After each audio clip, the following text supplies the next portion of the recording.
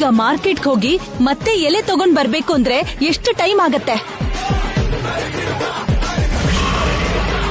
ಊಟ ಬಡಿಸ್ತಿದೀವಿ ಅಂತ ಸ್ವಾಮಿಗಳಿಗೆ ಹೇಳ್ ಬಂದಿದ್ದೀನಿ. ಈಗ ಬಾಳೆ ಎಲೆ ಇಲ್ಲ ಅಂತಂದ್ರೆ ಎಷ್ಟು ಅಸಹ್ಯವಾಗಿರುತ್ತೆ. ಅತ್ತೆ, ನೀವೇನು ಟೆನ್ಷನ್ ಮಾಡ್ಕೋಬೇಡಿ. ಮುದ್ಕದ ಎಲೆಯಲ್ಲಿ ತಟ್ಟೆ ಮಾಡಿ 2 ನಿಮಿಷದಲ್ಲೇ ಬಡಿಸ್ಬಿಡ್ತೀನಿ.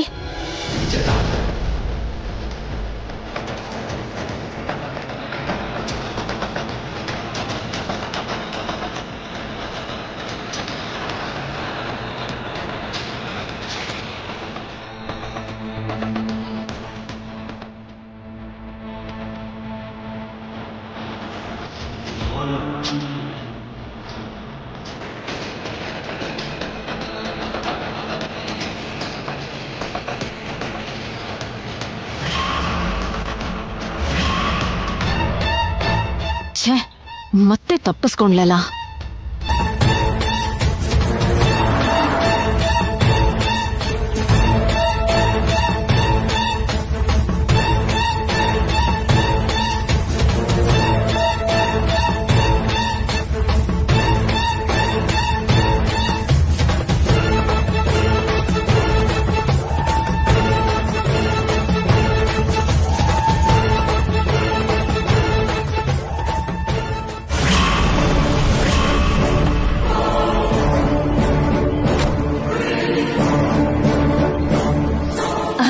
ಅಲ್ ನೋಡು, ಸಮಯಕ್ಕೆ ಸರಿಯಾಗಿ ಅಖಿಲ್ ಕೂಡ ಬಂದ.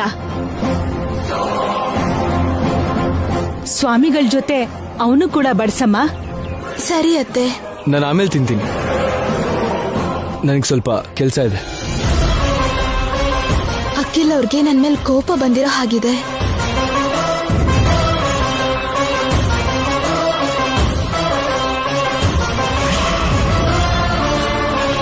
ಅವನೇನು ಕೆಲ್ಸ ಇದೆ ಅನ್ನಲ್ಲಮ್ಮ, ಮೊದ್ಲು ಇವ್ರಿಗೆ ಬಡಿಸ್ಬಿಡು.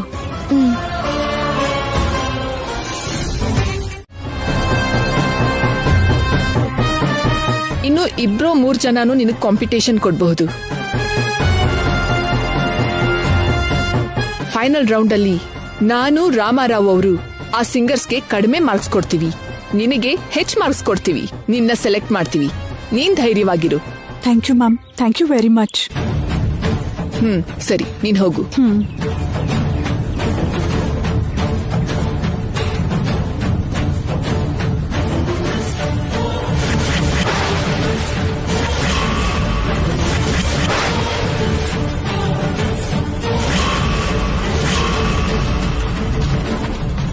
ಬರಲ್ಲ ಅನ್ಕೊಂಡಿದ್ರೆ ಇವಳು ಮತ್ತೆ ಹೇಗ್ ಬಂದ್ಲು? ನಮಸ್ತೆ ಮೇಡಮ್. ನಮಸ್ತೆ. ನಿನ್ನೆ 12 ಗಂಟೆಗೆ ಬಾ ಅಂದಿದ್ರಲ್ಲ, ಯಾಕೆ ಬರ್ಲಿಲ್ಲ? ಅಂದ್ರೆ ಅದು ಬೇಡ, ಕಾರಣ ಏನು ಬೇಕಾಗಿಲ್ಲ. ಫಸ್ಟ್ ಟೈಮ್ ಆಡಿಷನ್ಗೆ ಲೇಟ್ ಆಗಿ ಬಂದ್ರು ಕೂಡ ಚೇರ್ಮನ್ ಸರ್ ನೀನು ಪಾಪ ಅಂತ ನೆಕ್ಸ್ಟ್ ಡೇ ಬಾ ಅಂತ ಹೇಳಿದ್ರು. ಅವತ್ತು ನೀನ್ ಬರ್ಲಿಲ್ಲ. ಸೊ ನಿನ್ಗೆ 3rd ರೌಂಡ್ ನಲ್ಲಿ ಪಾರ್ಟಿಸಿಪೇಟ್ ಮಾಡೋ ಚಾನ್ಸ್ ಇಲ್ಲ. ನೀನ್ ಬಂದಿರೋ ದಾರಿಲೇ ವಾಪಸ್ ಹೋಗ್ಬೋದು. ಹಾಗಲ್ಲ ಮೇಡಮ್, ನಿನ್ನೆ ನನ್ ಗಂಡ ಫೋನ್ ಮಾಡಿ ಮಾತಾಡಿದ್ದಾರೆ. ಇವತ್ತು ಆಡಿಷನ್ಗೆ ಬಾ ಅಂತ ಹೇಳಿದ್ರು.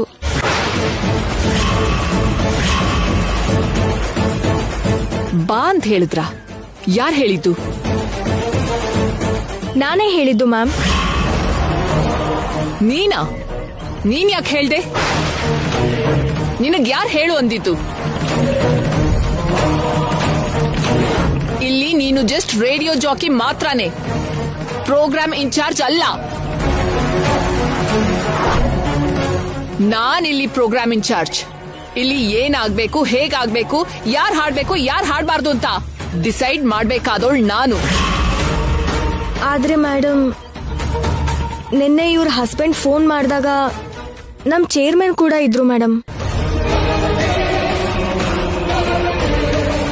ಗೊತ್ತಿಲ್ಲದೆ ಇವ್ರ ಮನೆಗೆ ಯಾರೋ ಸ್ವಾಮಿಗಳು ಬಂದಿದ್ರು. ಆ ಸ್ವಾಮಿಗಳ ಆತಿಥ್ಯಕ್ಕೋಸ್ಕರ ಇವ್ರು ಬರೋಕಾಗ್ಲಿಲ್ಲ ಅಂತ ಇವ್ರ ಹಸ್ಬೆಂಡ್ ಹೇಳಿದ್ರು. ಆ ವಿಷಯ ನಮ್ ಚೇರ್ಮನ್ ಸರ್ಗೆ ಹೇಳ್ದೆ. ನಮ್ ಚೇರ್ಮನ್ ಸರೇ ಇವತ್ತು ಇವ್ರಿಗೆ ಬರೋಕ್ ಹೇಳಿದ್ದು, ಅದಕ್ಕೆ ಹೇಳ್ದೆ ಮೇಡಮ್. ಸರಿ, ಚೇರ್ಮನ್ ಅವ್ರು ಹೇಳಿದ್ರಾ? ಓಕೆ. Thank you madam. ನೀನ್ ಹೋಗಿ ಕೆಲಸ ನೋಡ್ಕೋ. Okay ma'am. ಬರಲ್ಲ ಅನ್ಕೊಂಡಿದ್ ಕೃಷ್ಣ ತುಳಸಿ ಬಂದಿದ್ದಾಳೆ. ಏನ್ ಮಾಡ್ಲಿ ಈಗ? ಇವಳನ್ ಹೇಗೆ ಇಲ್ಲಿಂದ ಕಳ್ಸೋದು?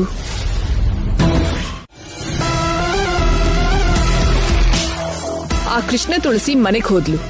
ಪ್ರಾಬ್ಲಮ್ ಸಾಲ್ವ್ ಆಯ್ತು. ಇನ್ನು ಖಂಡಿತ ಈ ಕೆಲಸ ನಿನಗೆ. Thank you madam. ನಮಸ್ತೆ ಸರ್. ನಮಸ್ತೆ ನಮಸ್ತೆ ನಮಸ್ತೆ. ನಮಸ್ಕಾರ ಸರ್. ಸರಿ, ಓಕೆ. ಆಡಿಷನ್ಸ್ ಏರ್ಪಾಡೆಲ್ಲ ಪೂರ್ತಿ ಆಯ್ತಾ? Yes sir.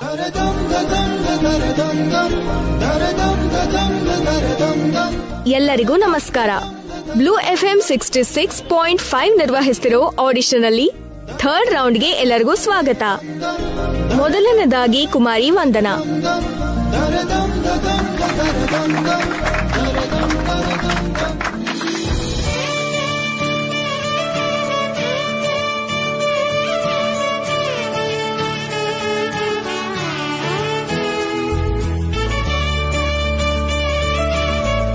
ಆ ಹುಡುಗಿನ ನಾವು ಲಿಸ್ಟ್ ಇಂದ ತೆಗಿಯೋಣ ಸರ್. ಓಕೆ. ಮಥುರೆಯ ಕೃಷ್ಣನೇ, ಪುರಿಯ ಜಗನ್ನಾಥನೇ, ಮಹಾರಾಷ್ಟ್ರ ವಿಠಲನೇ, ರಾಜಸ್ಥಾನದ ಶ್ರೀನಾಥನೇ, ಹರೇ ಕೃಷ್ಣ ಸಾವಿರ ನಮಗಳು, ಶತಕೋಟಿ ವಂದನೆ. ಇಲ್ಲಿ ಬಂದು ಹಾಡಮ್ಮ.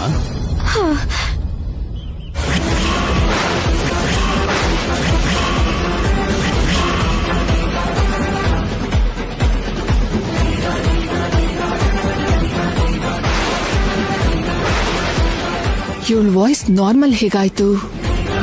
ಅರೆ, ಇವಳ ಧ್ವನಿ ಸರಿ ಇರ್ಲಿಲ್ಲ ಅಲ್ವಾ? ಮತ್ತೆ ಹೇಗ್ ಸರಿ ಆಯ್ತು?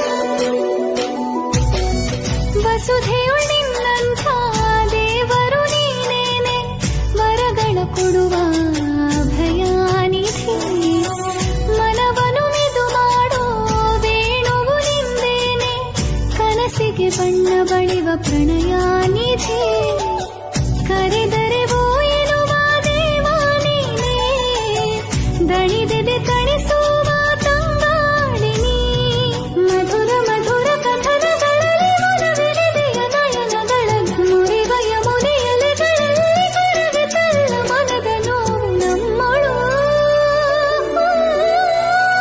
ಗೋವಿಂದ ಗೋವಿಂದ ಗೋಪಾಲ ಗಿರಿಧರ ಗೋವಿಂದ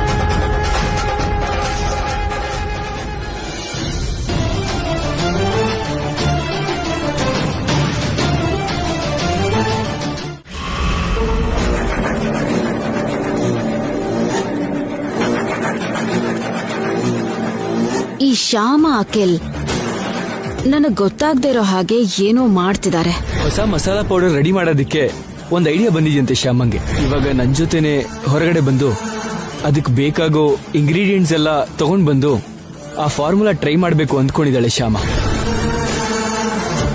ಮೊನ್ನೆ ಏನೋ ಹೊಸ ಮಸಾಲೆ ಪೌಡರ್ ರೆಡಿ ಮಾಡ್ತೀನಿ ಅಂತ, ಅದಕ್ ಬೇಕಾಗಿರೋ ಇಂಗ್ರೀಡಿಯೆಂಟ್ಸ್ ನ ತರ್ತೀನಿ ಅಂತ ಹೇಳಿ ಅಖಿಲ್ ಜೊತೆ ಹೋದ್ಲು ಈ ಶ್ಯಾಮ. ಆದ್ರೆ ಮಸಾಲಾ ಪೌಡರ್ನ ತರ್ಲಿಲ್ಲ. ಅತ್ತೇನು ದೇವಸ್ಥಾನಕ್ಕೆ ಬರ್ತಾರೋ ಏನೋ, ಕೇಳಲ್ವಾ ನೀನು? ನಿನ್ನೆ ನೋಡಿದ್ರೆ ದೇವಸ್ಥಾನಕ್ಕೆ ಅಂತ ಹೊರಟಿದ್ಲು. ತನ್ ಜೊತೆ ಅತ್ತೇನೂ ಬರ್ತಾರೆ ಅಂತ ಅಂದಾಗ ತುಂಬಾ ಗಾಬರಿ ಆದ್ಲು ಅವಳು. ಸ್ವಾಮಿಗಳು ಊಟಕ್ಕೆ ಬಂದಿದ್ರಿಂದ ಅವಳು ಹೋಗಕ್ಕಾಗ್ಲಿಲ್ಲ.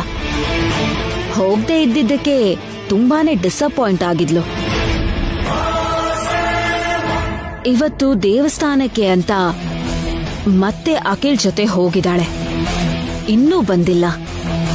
ಟ್ಯಾಬ್ಲೆಟ್ಸ್ ಕೊರಿಯರ್ ಅಂತ ಕತೆ ಹೇಳ್ತಿದ್ದಾಳೆ. ಏನ್ ನಡೀತಿದೆ ಇವರಿಬ್ಬರ ಮಧ್ಯೆ?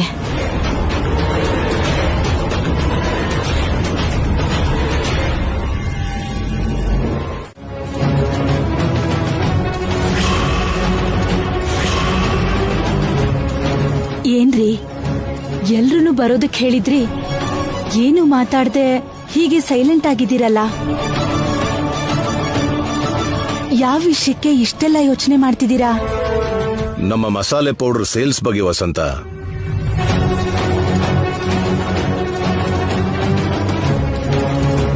ಅದು ಹೆಚ್ಚಾಗೋದಿಕ್ಕೆ ನೀವೇನಾದ್ರೂ ಐಡಿಯಾ ಕೊಡ್ತೀರೇನೋ ಅಂತ ಎಲ್ರನ್ನೂ ಕರೆಸಿದೆ. ಸದ್ಯಕ್ಕೆ ನಮ್ ಸೇಲ್ಸ್ ಚೆನ್ನಾಗೇ ಇದೆ ಅಲ್ವಾ ಡ್ಯಾಡಿ? ಸದ್ಯಕ್ಕೆ ಚೆನ್ನಾಗಿದೆಯಪ್ಪ, ಆದ್ರೆ ಈ ಸಮ್ಮರ್ ಅಲ್ಲಿ ನಮ್ ಸೇಲ್ಸ್ ಕಡಿಮೆ ಆಗುತ್ತೇನೋ ಅನ್ಸ್ತಾ ಇದೆ. ಕಮ್ಮಿ ಆಗತ್ತಾ? ಯಾಕೆ ಡ್ಯಾಡಿ? ನಮ್ಮ ಕಾಂಪಿಟೇಟರ್ಸ್ ಅವ್ರ ಮಸಾಲಾ ಪೌಡರ್ ಜೊತೆಯಲ್ಲಿ ಸಮ್ಮರ್ ಡ್ರಿಂಕ್ ಪೌಡರ್ನ ಫ್ರೀ ಆಗಿ ಕೊಡ್ತಿದ್ದಾರೆ ಅಂತ ಗೊತ್ತಾಯ್ತು. ಸಮ್ಮರ್ ಡ್ರಿಂಕ್ ಫ್ರೀ ಆಗಿ ಕೊಡೋದ್ರಿಂದ ಹೆಚ್ಚಿಗೆ ಜನ ಆ ಮಸಾಲೆನೆ ಕೊಂಡ್ಕೊಳ್ತಾರೆ. ಆಟೋಮೆಟಿಕ್ ಆಗಿ ನಮ್ ಕಂಪ್ನಿ ಸೇಲ್ಸ್ ಕಡಿಮೆ ಆಗುತ್ತಲ್ಲ.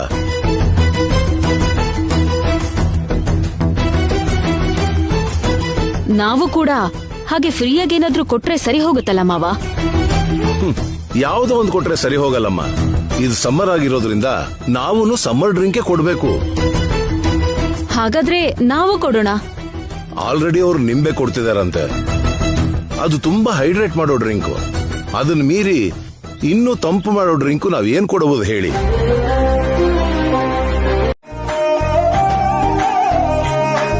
ಅವಸರ ಮಾಡಿ ಆ ಹಳ್ಳಿ ಡ್ರಿಂಕ್ಸ್ ನ ಫ್ರೀಯಾಗಿ ಕೊಡೋದ್ ಬೇಡ ಅಖಿಲ್. ಅದ್ರಿಂದ ವಾಂತಿ, ಜ್ವರ ಅಂತೆಲ್ಲ ಸೈಡ್ ಎಫೆಕ್ಟ್ಸ್ ಏನಾದ್ರೂ ಶುರುವಾದ್ರೆ ನಮ್ ಕಂಪನಿಗೆ ಬ್ಯಾಡ್ ನೇಮ್ ಬರುತ್ತೆ. ಚೇಚೆ, ಅಂತದೇನೂ ಆಗಲ್ಲ ಅಕ್ಕ. ಅದ್ರಲ್ಲಿ ಸೇರ್ಸೋದೆಲ್ಲ ಆರೋಗ್ಯಕ್ಕೆ ಒಳ್ಳೇದಾಗೋದೆ. ಯಾವುದಕ್ಕೂ ಒಳ್ಳೇದು. ನಮ್ ಕಂಪನಿ ಮಾರ್ಕೆಟಿಂಗ್ ಟೀಮ್ ಅವ್ರನ್ನ ಕರೆಸಿ ಅವ್ರಿಗೂ ಈ ಡ್ರಿಂಕ್ಸ್ ಕೊಟ್ಟು ಅವರು ಓಕೆ ಅಂದಮೇಲೆ ಮಾರ್ಕೆಟ್ಗೆ ಕಳಿಸ್ಕೊಡಿ. ಓಕೆ, ಹಾಗೆ ಮಾಡೋಣಂತೆ. ಖಂಡಿತವಾಗ್ಲೂ ಅವರಿಗೆ ಈ ಹಳ್ಳಿ ಡ್ರಿಂಕ್ಸ್ ಇಷ್ಟ ಆಗಲ್ವಲ್ಲ, ರಿಜೆಕ್ಟ್ ಮಾಡ್ತಾರೆ. ಶ್ಯಾಮ, ನಿನ್ ಸಮ್ಮರ್ ಡ್ರಿಂಕ್ ಮಾಡೋದಕ್ಕೆ ಎಲ್ಲ ಏರ್ಪಾಟ್ಗಳು ಮಾಡ್ಕೋ. ಸರಿ ಮಾವ.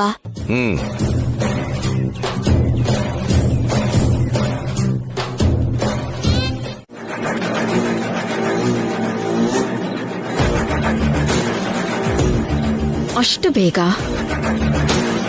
ಬೆಳಗಿನ ಜಾವಕ್ಕೆ ಗಂಡ ಹೆಂಡತಿ ಎದ್ದು ಯಾರಿಗೋ ಹೇಳ್ದೆ ರಹಸ್ಯವಾಗಿ ಎಲ್ಲಿಗೋ ಹೋಗ್ತಾ ಇದ್ದಾರೆ.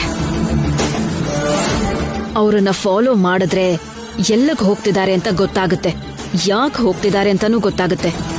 4 ದಿನದಲ್ಲೇ ಇವ್ರು ಮಾಡ್ತಿರೋ ಮೋಸ ಎಲ್ಲ ಹೊರಗಡೆ ಬರುತ್ತೆ.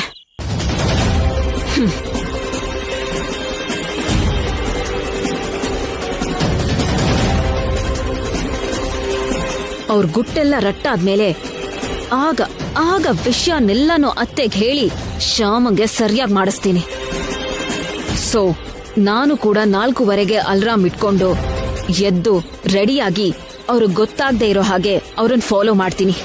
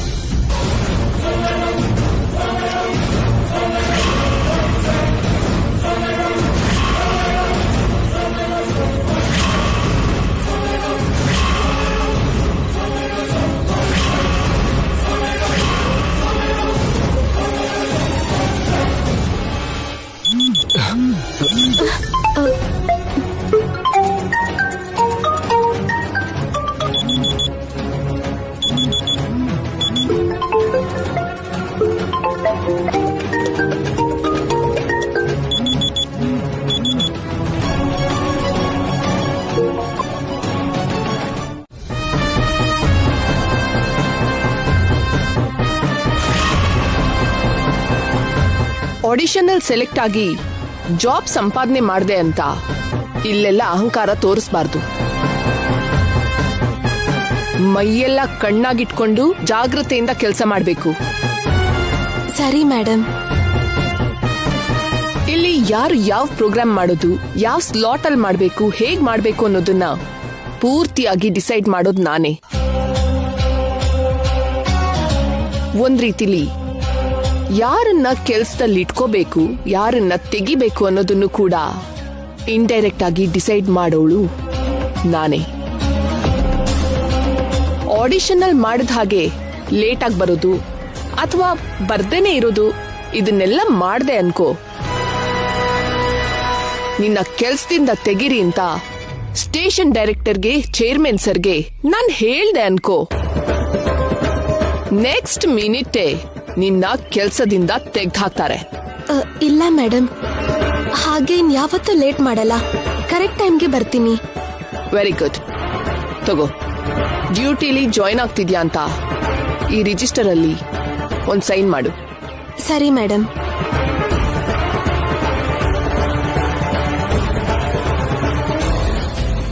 ಈಗ ಕೆಲ್ಸಕ್ ಸೇರ್ದೆ ಅಂತ ನೀನು ಸೈನ್ ಮಾಡ್ತಿದ್ಯಾ.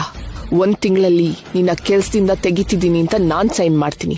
ನೋಡ್ತಾ ಇರು.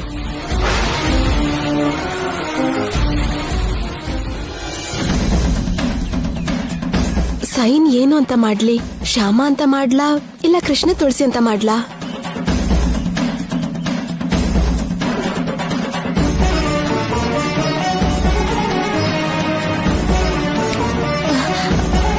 ಏನು ಯೋಚನೆ ಮಾಡ್ತಾ ಇದ್ಯಾ? ಸೈನ್ ಮಾಡು. ಸರಿ ಮೇಡಮ್.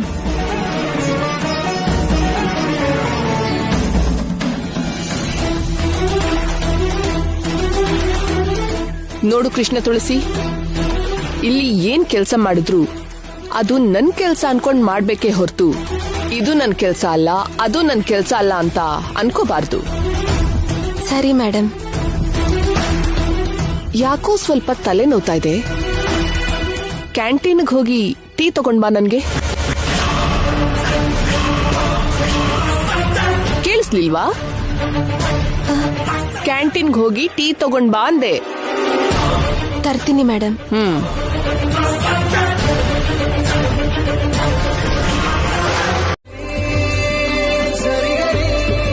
ಹಲೋ, ನೀವು ಕೇಳ್ತಿದ್ದೀರಾ ಬ್ಲೂ FM 66.5, ಸಂತೋಷದ ಸರಿಗಮ, ಆನಂದದ ಸಂಗಮ.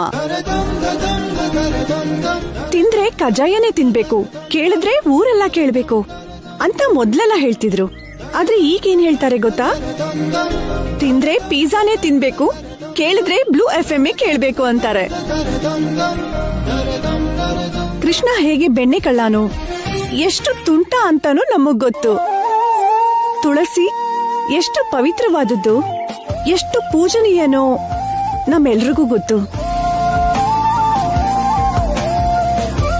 ಆ ಕೃಷ್ಣನು ಈ ತುಳಸಿ ಸೇರಿ ಮಧುರ ಭಕ್ತಿಯಾಗಿ, ಸುಮಧುರ ಭಕ್ತಿ ಗೀತೆಯಾಗಿ ಕೃಷ್ಣ ತುಳಸಿ ಕಂಠದಿಂದ ನಿಮ್ ಹತ್ರ ಬರ್ತಿದೆ. ಕೇಳಿ ಆನಂದಿಸಿ, ಹಾಗೆ ಆರೈಸಿ.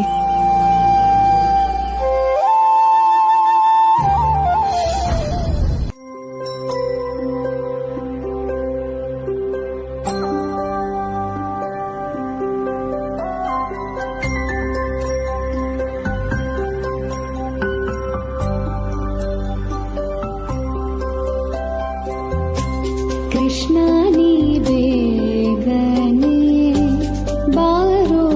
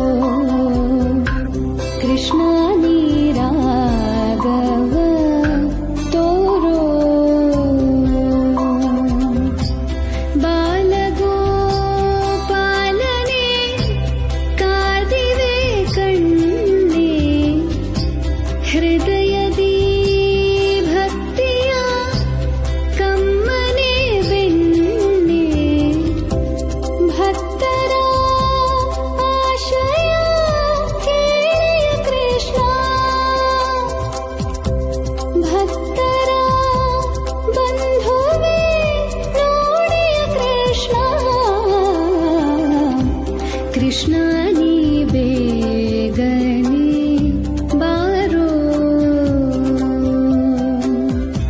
ಕೃಷ್ಣ ನೀ ರಾಘವ ತೋರೋ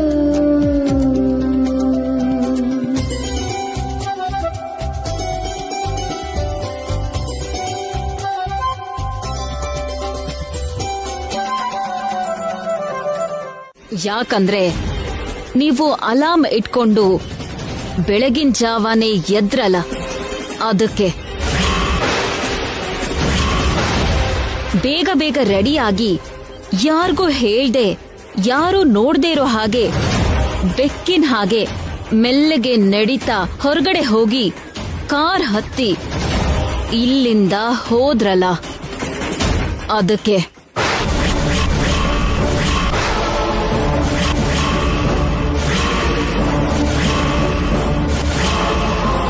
ಎಲ್ಲಗ್ ಹೋಗಿದ್ರಿ ಅಂತ ಕೇಳೋಣ ಅಂತ ನಿಮಗೋಸ್ಕರನೇ ವೇಟ್ ಮಾಡ್ತಾ ಕೂತಿದ್ದೆ. ನೀವ್ ಹಾಗ್ ಹೋಗಿದ್ ವಿಷಯ ನನಗೆ ಹೇಗ್ ಗೊತ್ತಾಯ್ತು ಅಂತ ಯೋಚಿಸ್ತಿದ್ದೀರಾ? ಇವತ್ತು ನಾನು ಕೂಡ ಬೆಳಗ್ಗೆನೆ ಎದ್ದಿದ್ದೆ ಅಲಾರಾಮ್ ಇಟ್ಕೊಂಡು.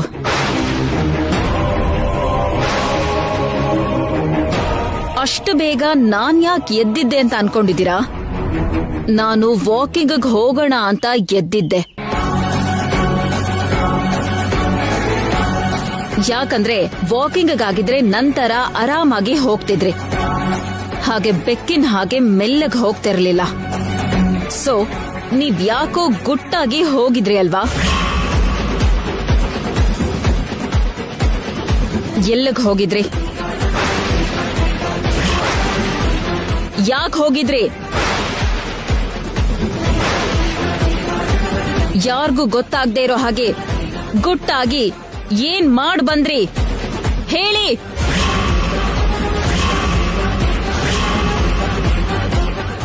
ಶ್ಯಾಮ, ಸಿಕ್ಕಾಕೊಂಡ್ವಿ. ಅದಕ್ಕೆ ಹತ್ರ ಸಿಕ್ಕಾಕೊಂಡ್ವಿ. ಅದಕ್ಕೆ ಬೆಳಗ್ಗೆನೆ ಎದ್ದು ನಮ್ಮನ್ನ ಫಾಲೋ ಮಾಡಿದ್ರೆ ಅಂತ ಗೊತ್ತಾಯ್ತು. ಸರಿ, ಇನ್ನು ನಿಜ ಮುಚ್ಚಿಡೋದ್ರಿಂದ ನಮ್ಗೆ ಯಾವ ತರ ಉಪಯೋಗನೂ ಇಲ್ಲ. ಹೇಳ್ಬಿಡೋಣ, ನಿಜ ಹೇಳ್ಬಿಡೋಣ. ಏನು ಅಂದ್ರೆ ಅವಸರ ಮಾಡ್ಬೇಡಿ. ಅತ್ತೆಗೆ ಗೊತ್ತಾದ್ರೆ ಅತ್ತೆ ಮಾವ ಅಂತ ನನ್ನ ತಡಿಬೇಡ ಶ್ಯಾಮ, ದಯವಿಟ್ಟು ನನ್ನ ತಡಿಬೇಡ.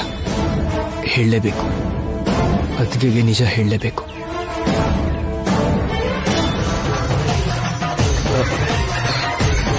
ಅದಕ್ಕೆ ದೊಡ್ಡ ಮನ್ಸು ಮಾಡಿ ಅರ್ಥ ಮಾಡ್ಕೋತಾರೆ.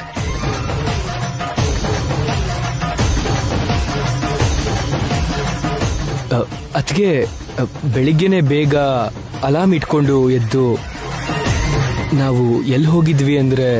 ಹಾ, ಎಲ್ಲಿಗೆ ಹೋಗಿದ್ರಿ? ಅದು ಎಲ್ಲಿಗೆ ಅಂದ್ರೆ... ಹೇಳು, ಎಲ್ಲಿಗೆ ಹೋಗಿದ್ರಿ?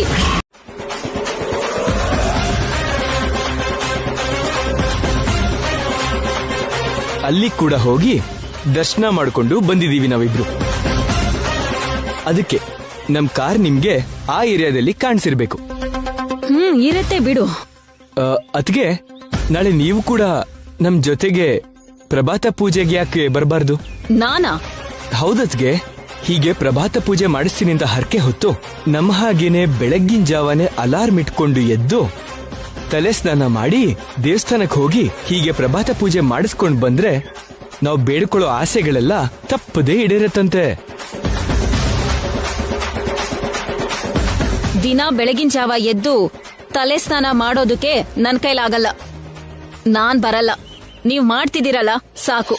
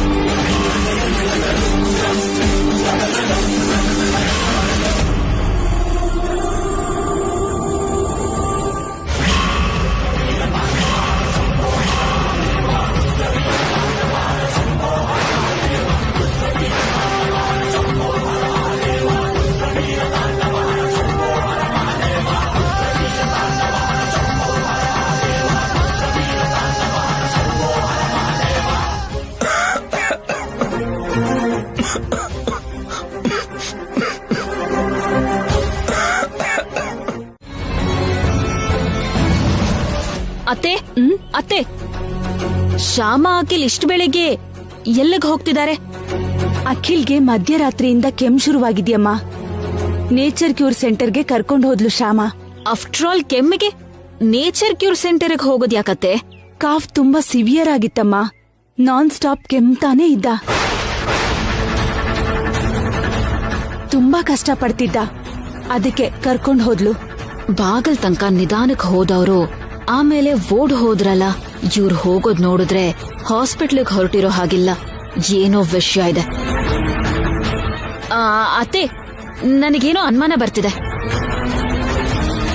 ಅನುಮಾನನ? ಹೌದು ಅತ್ತೆ, ಶ್ಯಾಮ ಅಖಿಲ್ನ ನೇಚರ್ ಕ್ಯೂ ಸೆಂಟರ್ಗೆ ಕರ್ಕೊಂಡು ಹೋಗ್ತಿಲ್ಲ. ಇನ್ನೆಲ್ಗೋ ಕರ್ಕೊಂಡು ಹೋಗ್ತಿದ್ದಾಳೆ. ಇನ್ನೆಲ್ಲಿಗೂ ಯಾಕೆ ಕರ್ಕೊಂಡು ಹೋಗ್ತಾಳೆ? ನೇಚರ್ ಕ್ಯೂರ್ ಸೆಂಟರ್ಗೆ ಕರ್ಕೊಂಡು ಹೋಗೋದು. ಅವನ್ ಅಷ್ಟೊಂದು ಕೆಮ್ತ ಕಷ್ಟ ಪಡ್ತಿದ್ದಾನಲ್ವಾ? ಮನೆಯಿಂದ ಹೊರಟಾಗ ಕೆಮ್ತಾನೆ ಇದ್ದ ಅತ್ತೆ. ಆದ್ರೆ ಕಾರ್ ಹತ್ರ ಹೋಗ್ತಿದ್ದ ಹಾಗೆ ಕೆಮ್ಮೆ ಇರ್ಲಿಲ್ಲ, ಕಡಿಮೆ ಆಗಿತ್ತು. ಅದಕ್ಕೆ ನನಗೆ ಅನುಮಾನ ಬರ್ತಿರೋದು. ಅದಕ್ಕೆ ಅನುಮಾನ ಯಾಕ ಐಶ್ವರ್ಯ? ಅವನಿಗೆ ಕೆಮ್ಮು ಕಡಿಮೆ ಆಯ್ತೇನೋ? ಹೇಗ್ ಕಡಿಮೆ ಆಗತ್ತೆ ಅತ್ತೆ? ಇಲ್ಲಿ ತನಕ ನಾನ್ ಸ್ಟಾಪ್ ಆಗಿ ಕೆಮ್ತಿದ್ದ ಅಂದ್ರಿ, ಸಡನ್ ಆಗಿ ಹೇಗ್ ಕಡಿಮೆ ಆಗತ್ತೆ? ಅದು ಶ್ಯಾಮ ಏನೋ ಕಷಾಯ ಕೊಟ್ಟಿದ್ಲಮ್ಮ, ಅದ್ರಿಂದ ಕಡಿಮೆ ಆಗಿರ್ಬಹುದಲ್ವಾ? ಅದರಿಂದ ಕಡಿಮೆ ಆಗಿದ್ರೆ ಅವ್ರು ವಾಪಸ್ ಬರ್ಬೇಕಿತ್ತಲ್ಲ. ಕಾರಲ್ಲಿ ಯಾಕೆ ಹೋಗ್ತಾರೆ ಹೊರಗಡೆ? ಅತ್ತೆ, ನಾನ್ ಹೀಗ್ ಹೇಳ್ತಿದ್ದೀನಿ ಅಂತ ಏನು ಅನ್ಕೊಳ್ಬೇಡಿ. ಇತ್ತೀಚೆಗೆ ಶ್ಯಾಮನ್ ವರ್ತನೆ ತುಂಬಾನೇ ವಿಚಿತ್ರವಾಗಿದೆ. ಅಖಿಲ್ಗೂ ಕೂಡ ಏನೋ ಮಾಯೆ ಮಾಡಿ ಶ್ಯಾಮ ಏನೋ ಮಾಡ್ತಿದ್ದಾಳೆ. ಏನ್ ಮಾಡ್ತಿದ್ದಾಳೆ? ಅದೇನೋ ನನಗೂ ಗೊತ್ತಿಲ್ಲ, ಆದ್ರೆ ಖಂಡಿತವಾಗ್ಲೂ ಏನೋ ಮಾಡ್ತಿದ್ದಾಳೆ ಅಂತ ನನಗೆ ಅನುಮಾನ ಬರ್ತಿದೆ. ಅದು ನಿನ್ನ ಅನುಮಾನ ಮಾತ್ರ ಐಶ್ವರ್ಯ. ಅಲ್ಲ ಅತ್ತೆ, ಬೇಕಾದ್ರೆ ನನ್ ಜೊತೆ ಬನ್ನಿ, ಅವ್ರು ಎಲ್ಲಿಗೆ ಹೋಗ್ತಿದ್ದಾರೆ ಅಂತ ತೋರಿಸ್ತೀನಿ. ಸರಿ, ನನ್ ಪೂಜೆ ಪೂರ್ತಿ ಆದ್ಮೇಲೆ ಹೋಗಿ ನೀನ್ ಅನುಮಾನನ ಬಗೆಹರಿಸ್ಕೊಳ್ಳೋಣ. ಯಾವಾಗ್ಲೂ ಪೂಜೆ ಮುಗಿಸಿ ಹೋದ್ರೆ ಏನ್ ಉಪಯೋಗ ಅತ್ತೆ? ಅವ್ರು ಎಲ್ಲಿ ಹೋದ್ರು ಅಂತ ನಮ್ಗೆ ಹೇಗ್ ಗೊತ್ತಾಗುತ್ತೆ? ನಾವ್ ಈಗ್ಲೇ ಹೋಗಿ ಅವ್ರ ಕಾರನ್ ಫಾಲೋ ಮಾಡಿದ್ರೆ ಅವ್ರು ಎಲ್ಲಿಗೆ ಹೋಗ್ತಿದ್ದಾರೆ ಅಂತ ಗೊತ್ತಾಗುತ್ತೆ. ಏನ್ ಮಾಡ್ತಿದಾರೋ ಗೊತ್ತಾಗುತ್ತೆ. ಸರಿ, ನಡಿ. ನಿನ್ನ ಅನುಮಾನ ಬಗೆಹರಿಸೋಕಾದ್ರೂ ನಾನ್ ಬರ್ತೀನಿ.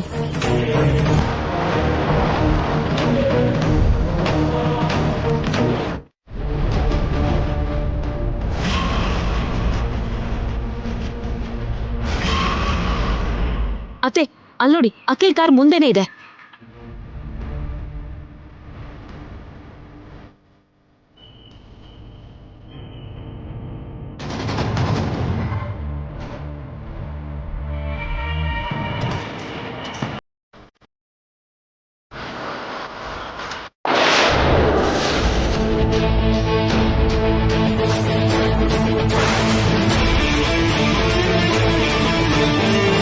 ಇದೇನು ಅದಕ್ಕೆ ಕಾರಿದ್ದಂಗಿದೆ?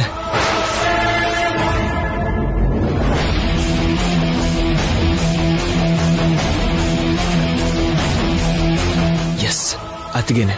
ಇಷ್ಟು ಬೆಳಗ್ಗೆ ಐಶ್ವರ್ಯ ಅಕ್ಕ ಅತ್ತೆನೂ ಕರ್ಕೊಂಡು ಎಲ್ಲಿ ಹೊರಟಿರ್ತಾರೆ? ನಮ್ಮನ್ನ ಫಾಲೋ ಮಾಡ್ತಿದ್ದಾರೋ ಏನೋ. ನಮ್ಮ ಮೇಲ್ ಡೌಟ್ ಬಂದು ಫಾಲೋ ಮಾಡ್ತಿದ್ದಾರೇನೋ ಅಂತ ಡೌಟ್ ಆಗ್ತಿದೆ. ಈಗೇನ್ರಿ ಮಾಡೋದು? ನೀನೇನ್ ಗಾಬರಿ ಆಗ್ಬೇಡ ಶ್ಯಾಮ. ಅತ್ತಿಗೆ ಕಣ್ಣಿಗೆ ಕಾಣ್ದ ಹಾಗೆ ನಿನ್ನ FM ಸ್ಟೇಷನ್ ಹತ್ರ ನಾನು ಇಳಿಸ್ತೀನಿ. ನೀನೇನ್ ಟೆನ್ಷನ್ ಆಗ್ಬೇಡ.